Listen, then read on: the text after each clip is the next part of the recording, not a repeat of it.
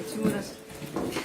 네. 다담뉴스 홍준석입니다. 네. 방금 김자화 선생님과 차담 마치셨는데 좀 안에서 어떤 말씀 주고받으셨는지 좀 죄송합니다. 네, 뭐 많은 말씀을 하시지는 않았습니다.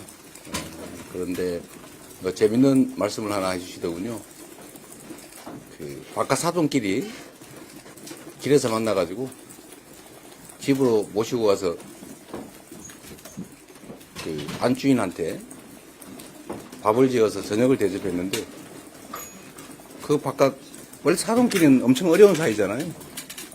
그 바깥 사돈이 밥을 먹다가 돌을 씹었다고요. 그래서 돌을 씹었는데 민망하니까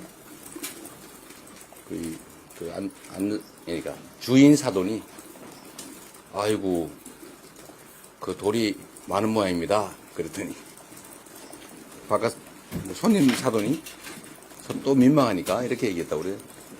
아이고 그래도 돌보다 밥이 많은데요. 그랬다고 합니다. 어쨌든 뭐 어려운 사이에 그런 민망한 장면에서 돌이 있으면 안 되지 않냐 이런 뜻이시고 그러시면서 우리 사회에 그 밥에 돌이 없는 그런 제대로 된 밥을 좀 지어야 되지 않겠냐 이런 말씀하셨어요. 아마 문영배 전 재판관한테 요란한 소수가 말 없는 다수를 지배하는 것에 대해서 어떻게 생각하냐 뭐 이 말씀과 일맥상통하는 말씀인 것 같아요. 밥에 돌은 없어야 되는 거죠. 그런 말씀을 해주셨습니다. 네. 아까 뭐라고? 예, 후보님 오늘 그 김정일 선생 만나셔서 조선일보 이종호입니다. 네. 그 문영배 등에 대해서 좀 이렇게 좀 오래된 친구다 이렇게 말씀 주셨는데 문대행과는 좀 어떤 이렇게 인연이 있으신지. 뭐 다 아시는 대로 제 사법연수원 동기죠. 제가 부산에 부장 판사를 하고 있을 때 한번 본 일이 있는데 그 후에는 제 기억으로는 한 번도 연락도 안 했던 사이입니다. 서로 조심했죠. 제가 특히 그는 결벽증이 있어서 재판을 하는 우리 동기들한테 제가 워낙 아예 연락을 안 하는 그런 습성이 있습니다. 제가 최근에 한번 물어봤죠. 내가 보니까 우리 어머니 상담했을 때 안 왔다면서 부조도 안 했다던데 그랬더니 그것도 오해받을까 봐 안 했다고 했다는 그런 얘기가 있었습니다. 공직이라는 게 그런 거죠. 오해받지 않기 위해서 내가 오해 아파트에서 사건을 고쳐내지 않는 것처럼 그렇게 뭐 문재판관도 그렇고 저도 그렇고 서로 오해받지 않도록 서로 많이 조심했습니다. 채널A 이해수입니다. 오늘 후보님 그 일정 보시면서도 어제 국민의힘 후보 교체 사태에 대해서 조금씩 말씀을 해주셨는데 어떻게 보시고 계시는지 말씀 부탁드리겠습니다. 저는 그 집 하면 진짜 자꾸 웃음 나와요.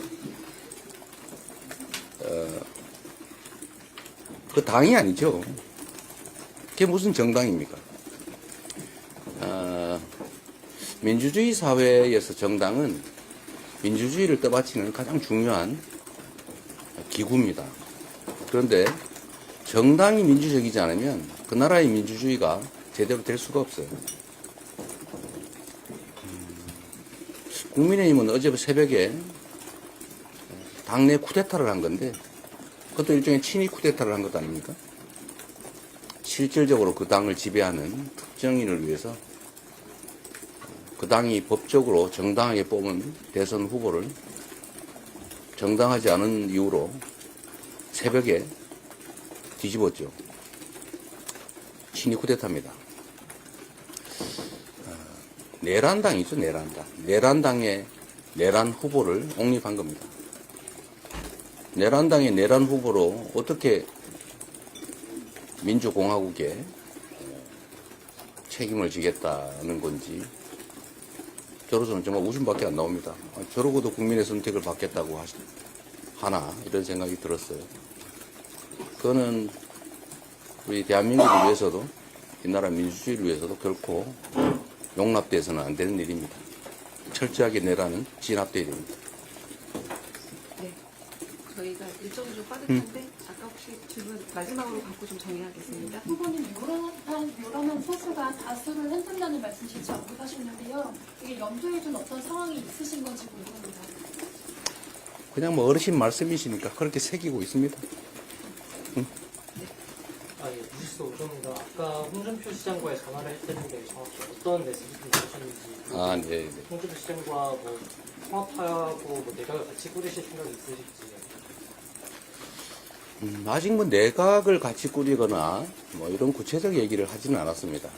그러나 뭐 통화에서도 그러고 뭐 문자를 주고받은 것도 그런데 서로 민주주의가 이렇게 심각하게 훼손되는 것에 대해서 걱정된다는 점에 대해서 서로 공감을 했습니다. 이렇게 가서는 안 된다. 그리고 또 한 가지는 이분이 룰라 말씀을 해주셨어요. 지지율 85%에 룰라를 배울 필요가 있다. 좌우 가리지 말고 통합해서 오로지 나라 국가만을 위해서 국정을 하면 성과도 나고 결국은 지지율도 높은 성공적인 대통령이 되지 않겠냐. 이런 말씀을 해주셨습니다.